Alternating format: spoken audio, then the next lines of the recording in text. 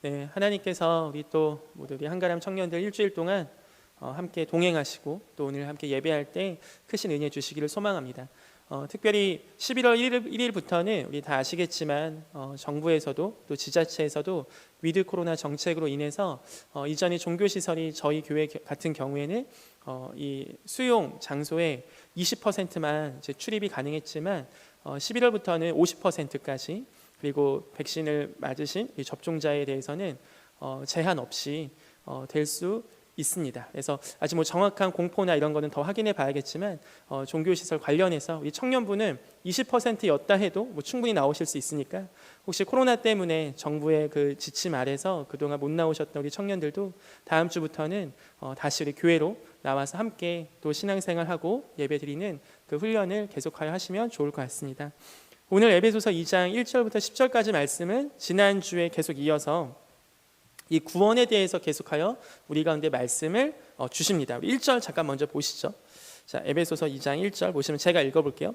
그는 허물과 죄로 죽었던 너희를 살리셨도다. 여기서 주어와 서술어는 그는 살리셨다입니다. 목적어는 저희예요. 근데 목적어 앞에 수식이 붙는데 그게 뭐냐면 죄와 허물로 죽었다라는 표현을 씁니다. 이 부분이 사실은 이 바울 사도가 굉장히 강하게 얘기하고 있는 부분 중에 하나예요. 그 흔히 윤리와 사상 시간이나 도덕 시간에 우리 학교에서 공부하셨던 거 잠깐 기억해 보세요. 뭐 성학설, 성선설, 성무선학설 막 이렇게 기억나시나요? 뭐 로크, 루소 막 이런 거 기억나세요? 순자, 맹자 이런 거. 자, 뭐 기억 안 나도 상관없습니다. 그 성학설과 성선설, 성경은 무엇을 얘기하냐? 뭐 이런 이야기들을 많이 던졌던 것 같아요. 근데 성경은 물론 어떤 관점에서 보냐에 따라 다르지만 결론적으로 얘기하면 성학설입니다. 근데 이 성학설이 세상에서 말하는 성학설 정도가 아니라 그냥 죄와 허물로 죽었다고 단정 짓습니다.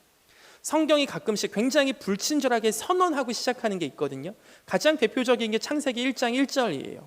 아니 좀 하나님이 우리 모두가 이해할 수 있게 그 누구한테든 진화론자한테 가서도 그 뭔가 이 창세기 1장 1절을 자신 있게 이야기할 수 있게 뭔가 좀 논리적으로 쓰시고 좀 증명할 수 있게 쓰시고 뭐 하나님이 내가 이거 다 하나님이 만드셨다고 뭐 동물이나 뭐 자연에다가 이름을 쓰시든지 그런 거 없이 그냥 창세기 1장 1절 딱 박아놓고 끝입니다. 태초에 하나님이 천지를 창조하시니라. 그 전후 설명은 전혀 없어요. 그래서 이공계 학생들과 대화하다 보면 사실 창세기 1장 1절을 받아들이는 데까지 시간이 엄청 걸리는 청년들이 많이 있더라고요. 왜냐하면 이공계는 특히 알고리즘이 중요하잖아요. 근데 그 알고리즘이 없어요. 창세기 1장 1절을 그냥 선언하고 시작합니다. 근데 오늘 에베소서 2장 1절이 그래요. 하나님께서 그는 허물과 죄로 죽었던 너희를 살리셨대요. 내가 언제 죽었습니까? 우리가 언제 죽었습니까? 근데 그것을 우리가 IQ 200도 안 되는 인간들 생각 속에 난 죽은 적이 없는 건데 하나님이 보실 때는 죄로와 허물로 죽었다는 겁니다.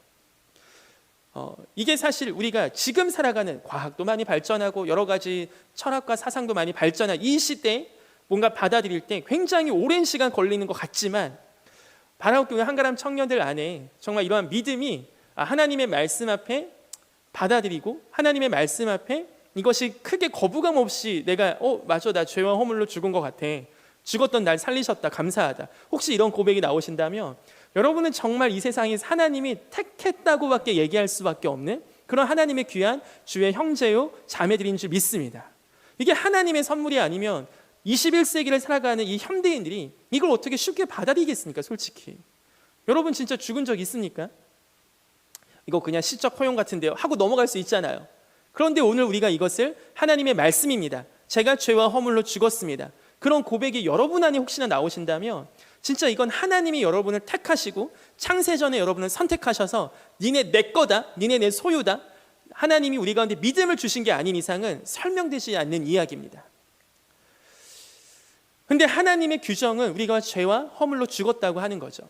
이게 이 구원에 있어서 굉장히 중요한 파트 중에 하나예요. 그게 뭐냐면 내가 나를 아는 겁니다. 우리 중에 그 누구도 바울 사도가 오늘 에베소서에서 2장에서 얘기하듯이 그 누구도 나는 한가람 유치원을 통해서 여기 나왔어. 나는 우리 엄마 아빠 때문에 여기 나왔어. 나는 등등등이야. 이렇게 주장할 수 없는 거예요. 사실은. 그 누구도 주장할 수 없어요. 여기 뭐 목사님, 따님, 아드님이 계신지 모르겠지만 그 누구도 주장할 수 없어요. 아버지, 어머니, 뭐 목사님, 장로님 이게 무슨 소용이 있습니까? 큰 축복입니다. 하지만 구원에 있어서는 하나님의 절대성이에요. 하나님의 절대성. 우리 모두는 죄와 허물로 죽었습니다. 근데 그 죄와 허물로 죽었다는 표현을 그 뒤에 조금 더 풀어 써주셨거든요. 거기 가볼게요. 2절. 그때 너희는 그 가운데서 행하여 이 세상 풍조를 따르고 공중의 권세 잡은 자를 따랐으니 곧 지금 불순종의 아들들 가운데서 역사하는 영이라. 여기서 또 영이란 개념이 나오죠. 1장에 혹시 여러분 지혜와 계시의 영 기억나세요? 성령의 인치심 기억나세요? 2장에 등장하는 영은 불순종의 아들들 가운데서 역사하는 영이라고 합니다. 자, 이 영은 어떻게 한대요? 우리가 세상 풍조를 따른대요. 아까 우리 성일영제도 얘기했지만 우리가 할로윈 데이를 따라가지 않고 왜 우리가 교회에 모였습니까? 이 세상 풍조는 이 할로윈 데이가 사실 굉장히 뭐 그런 그냥 거기 가서 뭐 호박 같은 거 쓰고 사진 찍는 게 무슨 죄인가요? 그 자체가 죄라고 할 수 없지만 이거 잘 들어보세요. 미국은 원래 추수감사절 문화, 이 추수감사 문화가 굉장히 그 세대와 세대를 이어주는 굉장히 좋은 믿음의 유산이었습니다. 근데 이게 어느 순간 확 무너졌는데 그때와 함께 동시에 이 추수감사 문화를 대체한 게 사실 할로윈 문화예요. 이게 그냥 단순히 문화니까 즐기는 거니까 뭐 상관없잖아 라고 넘어갈 수 있어요. 하지만 그렇게 내가 할로윈 데이나 그 뜻에 대해서 전혀 모르고 그냥 사진을 찍고 가서 그 문화를 즐기고 할 수 있습니다. 근데 그런 게 정말 무서운 거예요. 나는 그것과는 전혀 상관없는데 내가 그 문화 속에 그 코드를 내가 조금씩 익혀간다는 자체가 사실은 이게 정말 문화의 무서운 점이거든요. 우리가 사실 그 자체를 다 터부시하고 절대 하면 안 돼 이렇게 할 것도 아니지만 우리가 나와 전혀 상관없는 저 문화가 나에게 찾아올 수도 있고 내가 그것을 만져볼 수도 있는 그 유입의 통로와 입구가 문화라는 겁니다. 그 문화가 어떻게 형성되는지 나는 모른 채 그만큼 무서운 게 문화예요. 근데 이 세상 풍조 안에 사실 그 문화적인 개념도 들어오는 겁니다.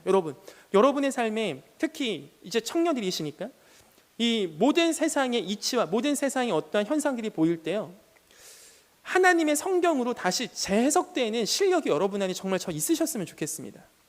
특히 대학생분들, 교수님들이 수업 시간이 무엇을 가르치시든 무엇을 이야기하시든 그것이 성경으로 다시 한번 조금은 필터링이 되는 것이 필요해요. 물론 단순한 정보사항 말고 이 세상의 이치나 이 세상이 이렇게 된다, 혹은 우리가 회사를 다니는데 어떤 어른들과 대화를 할 때, 부모님과 대화를 할 때 청년들 정도 되면 다 아시잖아요. 부모님 말씀이 절대 진리가 이제 아니라는 걸.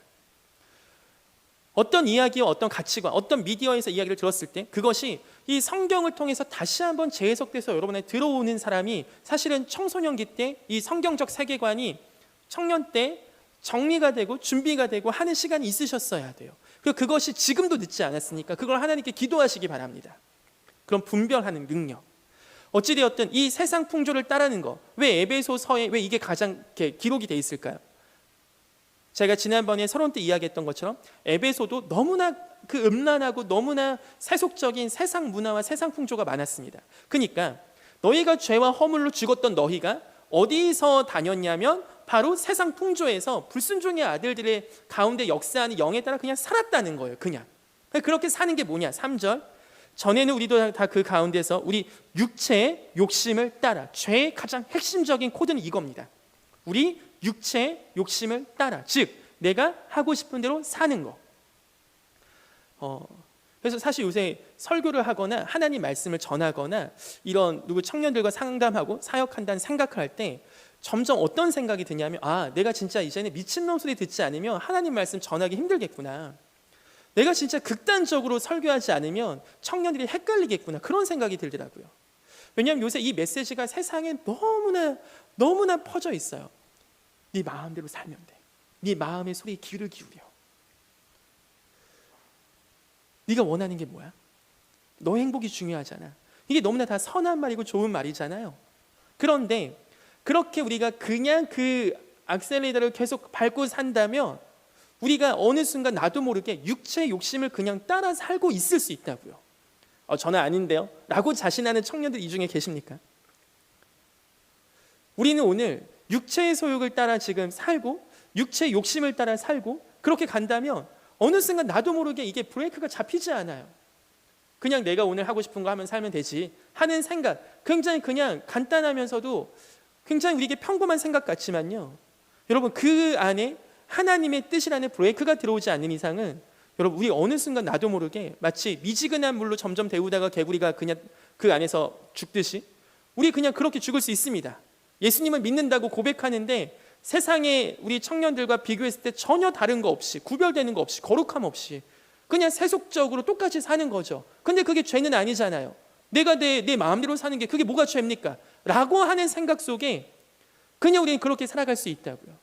여러분이 대마초했다, 마약했다, 그래서 죄인이다, 이러한 컨셉이 아니에요. 지금 이 바울 사도가 에베소서에 쓰는 가장 그 죄를 치고 들어가면 음란한 문화 등등등, 세속적인 문화 등등등, 그 안에 핵심적으로 이미 교회 안에 있는 우리에게도 계속하여 경고되고 경계되는 말씀은, 여러분, 우리 육체의 욕심을 따라 살아가는 걸 겸허하게 포기하고 하나님의 뜻 앞에 무릎 꿇는 주의 청년들 되시기를 소망합니다.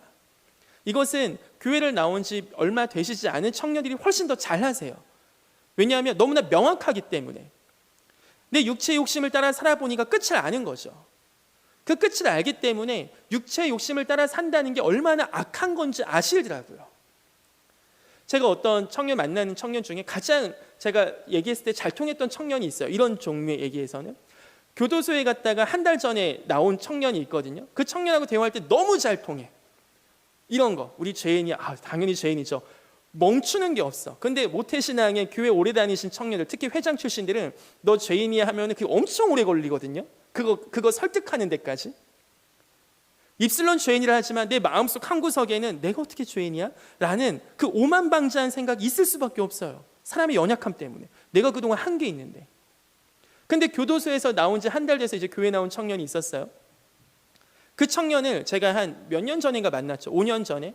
그 5년 전에 어떻게 만나게 돼서 얘기를 하는데 그 청년이 저한테 그런 얘기를 하더라고요. 강도사, 그때는 전도사였어요. 전도사님 그때 설교하실 때 아까 막 인간 죄인이라고 엄청 막 세게 얘기했잖아요. 마음이 엄청 시원했어요. 그렇게 얘기하더라고요. 그래서 왜? 내가 그 설교를 하고 나면서 눈치를 보거든요. 오늘 너무 세게 얘기한 거 아니야? 이런 생각이 들 때인데 그 친구가 저를 찾아서 위로해 주더라고요. 저는 진짜 인간 죄인이에요. 교도소 가보니까요. 와, 저도 쓰레기라고 생각했는데 진짜 쓰레기들 진짜 많더라고요. 아까 그렇게 얘기했잖아요. 자기 마음대로 사는 거. 제가 그렇게 살아봤는데 결국 끝이 그거더라고요. 여러분, 이곳에 있는 우리 모두는요, 사실 저도 그렇고 여러분도 그렇고 다 죄와 허물로 죽었습니다. 그리고 그런 우리를 하나님께서 살리셨습니다. 그게 끝이에요, 사실. 교회 안에 들어온 우리들, 뭐 어떤 루트를 통했다, 어떤 도구가 됐다, 이거 중요하지 않아요. 사실 누가 나를 데리고 왔다, 이거 별로 크게 중요하지 않습니다. 진짜 중요한 건 에베소서 2장 1절부터 3절까지 이 서술에 우리가 들어와 있는 겁니다. 하나님이 우리를 죄와 허물로 죽었던 우리를 살리신 겁니다. 그리고 그 안에 있는 내용, 나는 원래 이 세상의 풍조, 그게 뭐야? 내 마음대로 사는 거. 근데 그걸 끊어내고 하나님이 아니야, 너 내 뜻대로 살 거야 하고 데리고 앉혀놓으신 곳이 바로 이곳이에요. 여러분, 이 우리 청년들이 신앙생활도 오래 하셨고 믿음의 경륜이 뭐 저보다 더 오래 되신 분도 있겠지만 이 메시지 안에, 여러분, 이 신앙의 틀 안에 정말 여러분을 몰아넣으셨으면 좋겠습니다. 다른 거, 뭐 내가 그동안 섬긴 거, 사역한 거, 봉사한 거 다 격가지예요. 결국 여러분은 죄와 허물로 죽은 겁니다. 저와 여러분은. 그런데 우리를 주님이 살리셔서 여기 앉히시고 그 하나님의 구원과 은혜를 우리 가운데 주신 겁니다. 이게 에베소서 2장 1절부터 3절까지 정리한 내용입니다. 자, 이 말씀이 아멘이 되십니까? 우리 아멘하고 넘어갈까요? 아멘이 되십니까? 네, 감사합니다. 4절. 긍휼이 풍성하신 하나님이 우리를 사랑하신 그 큰 사랑을 인하여. 자, 그럼 왜 살리셨냐 이거죠. 여기서 단어는 긍휼이에요. 긍휼. 이 긍휼, 시간이 많지 않으니까 짧게 설명하면, 긍휼은 단순히 어떻게 제가 너무 불쌍하다, 이런 동정심에서 끝나지 않습니다. 긍휼의 다른 말은 뭐냐면 이런 겁니다. 제가 어떤 유초등부리 학생을 위해서 기도를 막 했어요. 그 학생이 너무 힘든 상황이 돼서 어떻게 하다 보면 보육시설을 가게 됐어요. 그 친구가. 그래서 너무 기도하는 거죠. 막 하나님, 그 아이를 위해서 기도하는데, 기도하다 보니까 어떤 마음 주시냐면, 내 딸인 우리 소혜를 그 보육시설로 보내고 걔를 데리고 오는, 이게 긍휼이더라고요. 내가 우리 성일 형제를 위해서 막 기도하는데 성일 형제가 어떤 힘든 상황에 처했다 칩시다.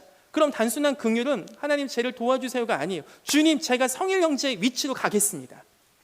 주님, 제가 성일 형제가 받을 처벌을 제가 받겠습니다. 이게 긍휼입니다. 그래서 하나님이 어떻게 하신 겁니까? 죄인의 자리, 나무에 달려 죽는 그 저주의 자리에 하나님 그분이 가신 겁니다. 왜? 긍휼하시기 때문에. 즉 긍휼은 마음의 동정심에서 끝나지 않고 실천까지 이어집니다. 이게 바로 하나님의 긍휼이에요. 하나님은 우리를 사랑해 얘들아 근데 어쩔 수 없구나 이러지 않으셨다고요. 죄와 허물로 죽었던 우리 대신에 그분이 죄와 허물로 죽으신 겁니다. 그게 긍휼이에요. 하나님의 긍휼은 그겁니다. 단순히 불쌍한 사람들 도와주고 이 정도에서의 긍휼이 아니에요.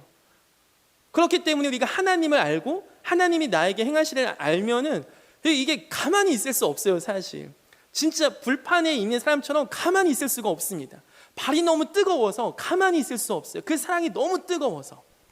긍휼하신 하나님은 그 하나님이세요. 단순히 우리 사랑하신다 끝 아닙니다. 긍휼하신 하나님, 우리 대신 죄와 허물에 죽어야 되는 그 자리에 주님이 가신 겁니다. 5절, 허물로 죽은 우리를 그리스도와 함께 살리셨고 너희는 은혜로 구원을 받은 것이라. 또 함께 일으키사 그리스도 예수 안에서 함께 하늘에 앉히시니. 자, 여기서 세 번의 함께가 나와요. 제가 방금 읽은 5절과 6절에서 함께. 자, 함께 살리셨습니다. 함께 일으키셨습니다. 함께 앉히십니다. 예수님을 믿고 나서의 삶엔 가장 핵심적인 또 신앙의 그 키워드 중에 하나가 바로 함께입니다. 함께.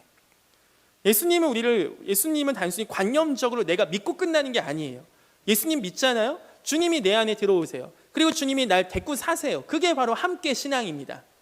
이 함께는 어디까지 가냐면 천국까지 가요. 우리를 주님께서 앉히신대요. 하나님의 옆자리에. 이게 말이나 됩니까? 이 지옥 끝에 있어야 되는 우리가 하나님의 천국의 보좌, 예수님 앉으시는 그 자리에 우리를 함께 앉히신대요.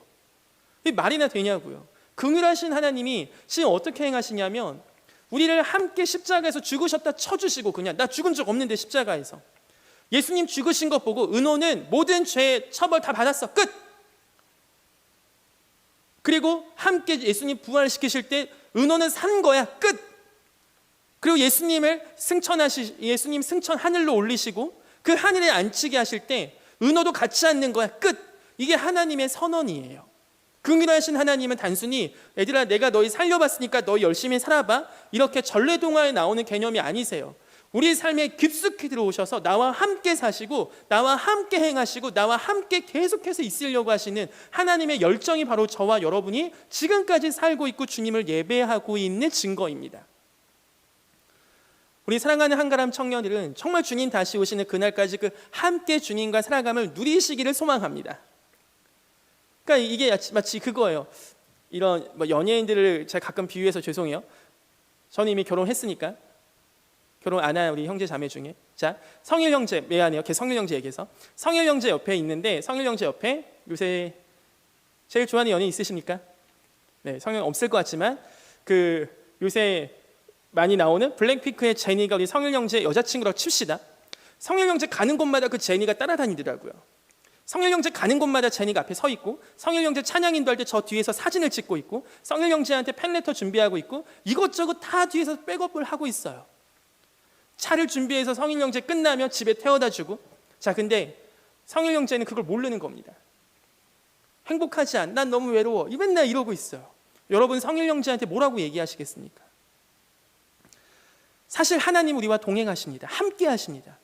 하나님은 함께 하시고 이미 결단하셨고 우리의 보이지 않는 순간까지 계속해서 끌고 가세요. 그런데 우리가 그걸 누리지 못한다? 얼마나 아쉬워요. 여러분 사실 신앙생활은 내가 하는 게 아니라 되는 겁니다. 우리가 세일의 경건 챌린지 같이 막 했죠. 이제 마지막 날이 됐네요. 너무나 수고하셨고 저도 많이 은혜 받았습니다. 근데 하다 보면 분명히 나 또 못했어 이런 분 계실 거예요. 저도 대학생 때 큐티가 그렇게 매일 안 돼? 뭐 하다가 왜 이렇게 끊겨 맨날? 매일 성경 그거 한번 사면 뭐해? 한 번 사고 1년에 그거 한 권도 다 못 끝내는 것 같은데 이런 생각이 제 안에 막 들더라고요. 그러면서 제 안에 어차피 안 되는 거 그만하자 이런 생각, 여러분도 하는 그 생각을 저도 하는 거죠. 근데 대학생 때 이걸 놓고 기도한 적이 있었거든요. 하나님 저는 큐티도 잘 못하고요 매일 경건 생활도 잘 못해요. 해야 되는 거 알겠는데 잘 안 돼요. 근데 그때 기도하는 가운데 그냥 그런 마음이 들더라고요. 은호야, 네가 나한테 매일 온 게 아니라 내가 너한테 매일 간 거야. 자, 그 말이 저한테 너무나 위로가 되었습니다. 내가 큐티를 끊는 게 아니구나. 내가 큐티를 중단한 게 아니구나. 내가 경건 생활을 안 하는 게 아니구나. 이게 거꾸로 된 거구나. 하나님이 날 놓지 않으시는 거구나. 여러분, 하나님은 여러분을 놓지 않으십니다. 하나님은 여러분의 삶과 여러분의 생명과 여러분의 구원하신 그 인도하심, 우리가 하나님을 큐티할 때도 있고 안 할 때도 있지만 하나님 우리를 사랑할 때도 있고 사랑하지 않을 때 이런 거 아닙니다. 우리는 하나님을 생각할 때도 있고 생각하지 않을 때도 있지만 하나님은 우리를 계속해서 생각하세요. 그게 하나님이 기본적으로 세팅하신 하나님의 긍휼하신 사랑이에요. 그리고 함께 바라옵기는 정말 여러분의 신앙생활 안에 이 하나님이 여러분에게 함께 하시는 거, 이것이 정말 여러분의 삶에 누려지기를 소망해요. 그것으로 여러분이 행복했으면 좋겠어요. 하나님이 여러분과 함께 하신다는 걸. 성경책을 읽을 때 하나님의 러브레터입니다. 하나님 우리 얼마나 사랑하시는지 역사적으로 기록하신 거예요. 내가 니네 진짜 사랑한다고. 하나님의 징계, 우리를 사랑하시기 때문에 주는 징계입니다. 고난, 우리를 너무나 사랑하셔서 주시는 고난입니다. 그게 하나님의 기본적인 우리와 하나님의 관계 설정이에요.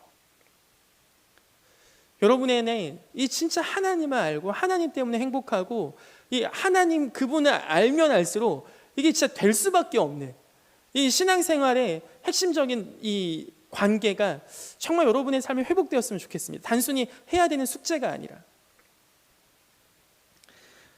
7절, 이는 그리스도 예수 안에서 우리에게 자비하심으로 그 은혜의 지극히 풍성함을 오는 여러 세대에 나타내게 하심이라.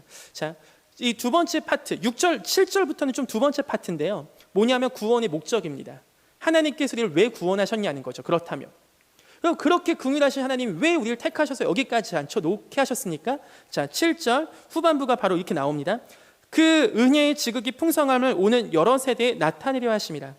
하나님은 이것이 세대를 거슬러서도 세대를 넘어가서도 계속하여 그 긍휼하신 은혜와 사랑과 풍성하심이 흘러가는 귀한 믿음의 통로가 되기를 원하십니다.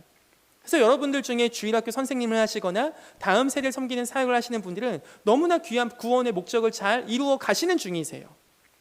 물론 시간이 안 되고 상황이 안 되시는 분들도 우리 나중에 가정을 이루시거나 혹은 조카들 혹은 친구 우리 아들내미 딸내미들 나오시면 그렇게 그 다음 세대도 하나님을 알 수 있게 함께 섬기거나 기도하거나 하는 게 내가 구원받은 목적 중에 하나구나. 이것이 나에게서 멈추는 게 아니고 그 다음 세대에게 흘러가게 하는 거구나. 이런 중요한 연결고리적인 삶이 여러분을 하나님께서 구원하신 목적 중에 하나입니다. 아멘. 그 다음 8절, 너희는 그 은혜에 의하여 믿음으로 말미암아 구원을 받았으니 이것은 너희에게서 난 것이 아니요 하나님의 선물이라. 자, 8절은 여러분 혹시 성경책에 기록을 하시는 분들께서는 정말 하이라이트를 꼭 해보셨으면 좋겠습니다. 제가 신학대학원을 딱 갔을 때 구원은 니네가 믿음으로 받은 거냐 은혜로 받은 거냐, 무슨 말이지? 니네가 믿어서 구원받은 거냐 주님이 너네를 구원한 거냐, 그게 무슨 말인지 되게 헷갈리잖아요. 근데 그때 교수님들께서 이 구절을 꼭 적으시더라고요.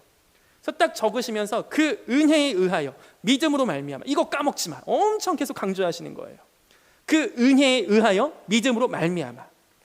그러니까 맨 처음 우리를 구원하신 그 동기는 뭐냐면 하나님의 긍휼입니다. 동기는 하나님의 그 첫 시작은 하나님의 동기예요. 하나님의 긍휼이에요. 우리의 그 믿음이 아니라 하나님의 은혜가 첫 시작입니다.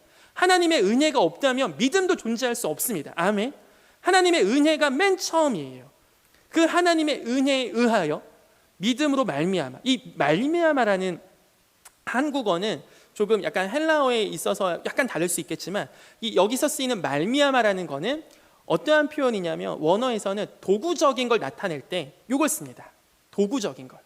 그러니까 이 하나님께서 우리를 맨 처음 일으키신 동기는 하나님의 은혜고 그걸 통한 방법, 수단, 도구적인 의미로 이 믿음이 등장하는 거예요. 그래서 교수님들께서 이러한 설명을 하시더라고요. 누군가가 바다에 빠졌는데 밧줄을 던져줬다, 튜브를 던져줬다. 자, 그렇다면 이 사람은 구원받은 다음 그 물에서 빠져나온 다음 그 밧줄님한테 가서 밧줄님 감사합니다 그러겠습니까? 밧줄을 던져준 그 사람한테 가서 감사하겠습니다 하겠습니까? 믿음은 단순히 던져준 밧줄과 튜브 정도라는 거죠. 진짜 구원을 하신 건 하나님의 은혜요, 진짜 하나님의 긍휼이요, 하나님의 사랑입니다. 이게 8절이 바울 사도가 그래서 구원론에서 이 에베소서 2장 부분이 너무나 중요하게 다뤄지고 있는 거예요. 여러분들 이 마음이, 이 생각이 여러분의 머리 안에 잘 정리가 되시길 소망해요. 그 은혜에 의하여 믿음으로 말미암아 구원을 받았으니 이것은 너희에게서 난 것이 아니요 하나님의 선물이라. 그 다음 10절 가보겠습니다. 우리는 그가 만드신 바라 그리스도 예수 안에서 선한 일을 위하여 지으심을 받은 자니 이 일은 하나님이 전에 예비하사 우리로 그 가운데서 행하게 하려 하심이니라. 아멘. 여기서 두 번째 하나님의 구원의 목적이 나오죠. 이게 뭐냐면 그리스도 예수 안에서 선한 일을 위하여 지으셨다, 이런 표현이 나와요. 일단 첫 번째로 우리를 하나님께서 지으셨다는 얘기가 나와요. 창조 때. 근데 이게 저는 약간 선한 일이 좀 와닿지 않았어요. 선한 일이 대체 뭘까? 이게 저의 일주일 동안 고민이었습니다. 선한 일은 대체 무엇일까? 선한 일. 그래서 막 성경도 찾아봤어요. 그 검색되는 거에서 선한 일 해서 다 찾아봤는데 선한 일은 진짜 뭐지? 여러 가지 이제 이 에베소서에 관련된 신학 서적들도 좀 이렇게 찾아보고 뭐 하다못해 인터넷도 한번 찾아보고 선한 일은 대체 뭘까? 그럼 하나님 안의 선한 일 여러 가지를 읽어보고 뭐 이렇게 참고도 했지만 그냥 마음 가운데 뭔가 제 마음을 울리는 그 개념은 뭔가 찾지를 못했습니다. 그게 저 일주일 동안 숙제였어요. 이 선한 일이 진짜 뭐지? 어떻게 해야 선한 일을 할 수 있을까? 물론 그것이 복음 전하는 것 혹은 착하게 베푸는 것, 뭐 그거는 우리가 너무 뻔한 것 아닐까? 이런 생각이 좀 들더라고요. 일단 첫 번째 이 정리된 여러 신학자들께서 정리한 개념 중에 하나는 창조입니다. 창조. 그러니까 선한 일을 위하여 지으심 받았으니까 그 지으심 받은 대로 회복되라, 이 얘기예요. 우리는 아까 얘기했잖아요. 성악설이라고. 하지만 그 전으로 더 넘어가면 죄가 들어오기 전에는 하나님께서 우리를 주님을 닮은 하나님의 형상의 존재로 창조하셨습니다. 즉 하나님은 우리를 오셔서 재창조하기 위해 오신 우리 예수님이시잖아요. 그래서 예수님이 우리 가운데 오셔서 요한복음에서 기록한 맨 첫 번째 사역이 뭡니까? 물을 포도주로 변화시킨 사역입니다. 재창조하는 하나님의 창조주, 그 창조주 하나님께서 이 땅 가운데 다시 오셔서 우리를 변화시키시겠다는 거예요. 그런데 저는 예수님을 믿고 변화됐다, 이 얘기도 사실 맨 처음에는 많이 상처가 아닌 나는 변화된 게 없는 것 같은데 라는 생각이 들 때가 많았죠. 왜냐하면 기질은 사실 잘 바뀌지 않는 거거든요. 그러니까 여러분도 아실 거예요. 선교사님들 중에서도 정말 믿음 좋으신 것 같은데 다혈질이신 분들도 계시고, 목사님들 중에서도 정말 신앙도 좋으시고 사역도 잘하시는 것 같은데 이제 이렇게 약간 흥분을 많이 하시는 우리 목사님들도 계시고, 그러니까 그런 부분을 보면서 사실 약간 상처받고 떠나는 우리 청년들이나 우리 어린 친구들도 있고 하잖아요. 근데 그거 예수 믿고 과연 변화되지 않는 건가? 라는 생각이 우리 안에 있을 수 있죠. 근데 제가 본 어른들 중에 너무 닮고 싶은 어른이 한 명 있었는데요. 그분은 어떤 분이냐면 엄청 다혈질이세요. 선교사님이신데 근데 화내시고 나서 그 다음날 꼭 오셔서 야, 미안하다 하고 가시는 분이 계시거든요. 그러니까 그분도 맨 처음 그 주체하지 못하는 화가 있으세요. 근데 이게 예수 믿고도 잘 안 되나 봐요. 근데 그분은 그걸 가지고 기도하시더라고요. 제가 이 모습이 너무 배우고 싶었습니다. 여러분이나 저나 예수 믿고도 잘 변하지 않는 그 품성과 성품이 있습니다. 잘 바뀌지 않는 것 같은, 그래서 나는 예수 믿는 게 맞나? 라는 생각이 들 정도의 우리를 괴롭히는, 어떤 분은 너무 우울하거나 어떤 분은 너무 성격이 급하거나 어떤 분은 너무 지적을 잘하거나, 모두가 다 그런 그 기질과 성품이 있어요. 그런데 그런 1차적인 분이 나고 1차적인 감정이 올라오고 그래서 실수를 했더라도 우리가 바로 하나님 안에서 그것을 회개하고 하나님 안에서 다시 한번 정리가 되고, 또 그것을 후배들하고 자기보다 밑에 사람이라고 할 수 있는 사람들한테도 정말 진실된 마음으로 대할 수 있는, 그냥 그걸 너무 배우고 싶더라고요. 그걸 너무 소망이 되고요. 하나님께서 오셔서 우리를 이렇게 변화시키시고 하신 거는 창조대로 회복을 시키시는 겁니다. 그래서 우리가 정직한 영이 되고 주님 앞에 진실하게 나아가게 되고, 우리 한가람 청년들이 어떠한 성격이든 어떠한 성품이든 진짜 하나님께서 우리 지으신 각자 다양하지만 그 창조 때의 하나님의 형상이 회복되는 은혜가 있길 소망합니다. 죄와 허물이 우리를 계속해 죽이고 죄와 허물이 계속하여 우리를 괴롭힐지라도 하나님께서 그러한 은혜와 사랑으로 변화시켜 가실 겁니다. 이러한 창조 때의 회복, 이 마음이 하나 있었고, 두 번째는 이 선한 일이 진짜 뭘까 했을 때 그 앞에 있는 8절, 여기 있는 선물이란 단어가 저한테 너무나 꽂혔어요. 선한 일은 선물이구나. 내가 구원받은 게 선물 받은 거구나. 선한 일? 그건 결국은 하나님을 닮는 일이잖아. 그건 결국 하나님처럼 사는 일이잖아. 그건 결국 예수님처럼 살아가는 일이잖아. 근데 하나님이 나한테 주신 게 선물이라면 나도 선물을 주는 삶을 사는 거구나. 이게 저에게 그냥 이번 주 한 주 동안 내 삶이 진짜 선물을 주는 사람이 되면 좋겠다. 정말 내가 주님 닮아서 막 엄청 큰 사역, 엄청 막 화려한 거 이거 말고 진짜 선물 주는 사람이 되면 너무 좋겠다. 이런 생각이 들었습니다. 하나님 우리 가운데 창조해 주셨습니다. 선물입니다. 아멘. 하나님 우리에게 구원해 주셨습니다. 선물입니다. 아멘. 하나님께서 우리에게 동행해 주십니다. 그것도 선물이고, 하나님께서 우리에게 사역도 주십니다. 그것도 선물입니다. 하나님께서 우리에게 고난도 주십니다. 그것도 선물입니다. 하나님은 우리에게 선물을 계속해서 주세요. 우리 실명을 거론해서 죄송하지만 우리 청년부에 선물을 많이 주시는 우리 부장 집사님 계시잖아요. 저는 아직 부장 집사님께 선물 받지 못한 우리 청년이 있다면 나가시면서 찌려보세요. 그러면 선물을 주실 겁니다. 우리 집사님이 뭐 산타 할아버지도 아니고 왜 선물을 주시겠어요? 생각이 나고 관심이 가고 사랑하니까. 그러니까 하나님을 닮으신 거죠. 아멘. 선한 일을 행하시는 겁니다. 일주일 동안 그래서 우리 청년부에 선한 일을 하는 사람이 누굴까 했을 때 그냥 집사님이 가장 먼저 생각이 나더라고요. 선물을 주는 사람. 하나님은 우리가 위대한 선교사, 위대한 목사님, 위대한 사역자 다 되라고 성경에서 그렇게 몰아가지 않으세요. 하나님 우리가 정말 하나님을 알았으면 좋겠어 하십니다. 그리고 하나님처럼 우리 주변에 정말 선물을 주는 사람들로 여러분을 세워 가실 겁니다. 그래서 교회는 선물 보따리예요. 세상을 향해서 선물이 본물처럼 터져나가는 겁니다.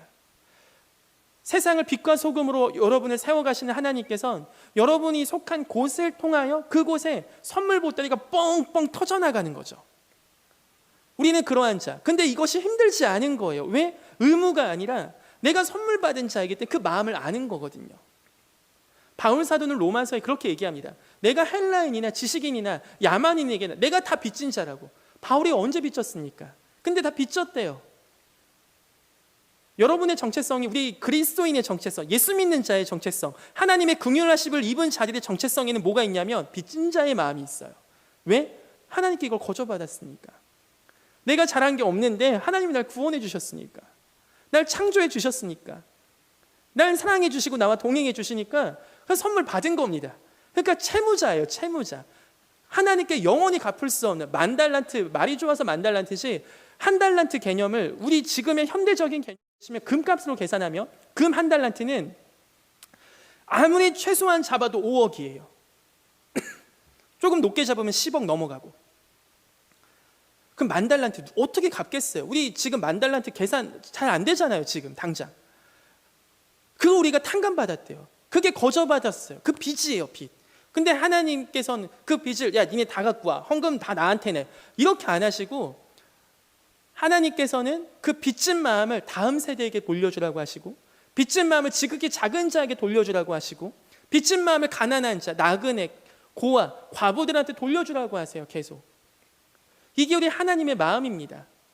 그래서 세상이 망하지 않고 계속해야 썩지 않을 수 있는 이 3%의 소금으로 바닷물이 유지되듯이 정말 작아 보이고 적어 보이는 여러분 같은 크리스찬들 한 분 한 분이 계속하여 세상을 향해 선물을 주고 선물 보따리 풀어내고 빚진 자의 마음으로 살아갈 때 이 세상이 하나님 안에서 하나님 나라가 통치가 유지되는 줄 믿습니다. 불순종의 아들들의 영, 내 육체 욕심을 따라 내가 좋아하는 애는 좋아하고 내가 싫어하는 애는 싫어하는 게 아니라 악을 악으로 욕을 욕으로 갚지 않고 베드로 전서에 나오는 것처럼 나를 위하여 핍박하고 고난을 주는 그 사람을 위해서 축복하고 빌라고. 왜? 예수님이 그러셨으니까.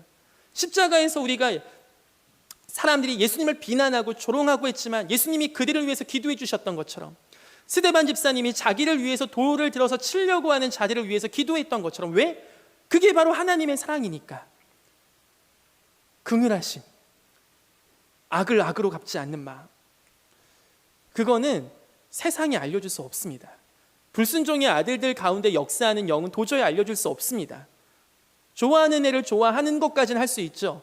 나에게 도움이 될 만한 애한테 잘해주는 것까지는 할 수 있죠. 하지만 정말 지극히 작은 자에게 선물을 주고 나한테 돌려주지 못할 걸 뻔히 아는 애한테 내가 선물을 준다. 이거 쉽지 않은 거죠. 그런데 우리가 가능하대요. 이게 주님께서 우리를 통하여 이 세상을 선한 일로 채워가시고 하나님께 받은 선물을 우리 주변에 정말 선물 주는 사람들로 여러분 한 분 한 분을 세워가시는 은혜가 있길 소망합니다. 여러분을 거창하고 위대하게 화려한 사역 그런 거 아니어도 정말 여러분의 주는 선물 작은 거 하나하나를 통하여 하나님 마음감이 시원케 되고 너무나 하나님이 여러분 볼 때마다 정말 너무나 사랑으로 가득 차시는 그 마음과 은혜가 매일매일 여러분의 삶에 정말 동행했으면 좋겠어요. 마지막으로 제가 받은 선물 중에 가장 기억나는 선물 하나 있습니다. 캄보디아 단기 선교 갔는데 거기서 이제 이렇게 우리 캄보디아 현지인들 너무나 예쁘잖아요. 너무 예뻐요. 선교지 가면 막 섬기고 이제 안녕 이제 나는 갈게 한국으로 가는데 어떤 애가 막 울더라고요. 그 여자애가 한 중학교 2학년쯤 됐나? 그 여자애가 막 울면서 막 제가 그때 뭐 캄보디아 말을 다 까먹긴 했지만 뭐 아무튼 이런저런 얘기를 했어요. 근데 그 친구가 저한테 뭘 줬냐면 수첩을 줬어요. 수첩. 그 학용품 수첩. 수첩에다가 보니까 밤새서 한국 그 선교사님 불러다가 그 썼대요. 캄보디아 말로 자기가 불러주면 그 선교사님이 알려주면 한글도 모르는 애가 그 한글을 선교사님이 그때 배워서 썼대요.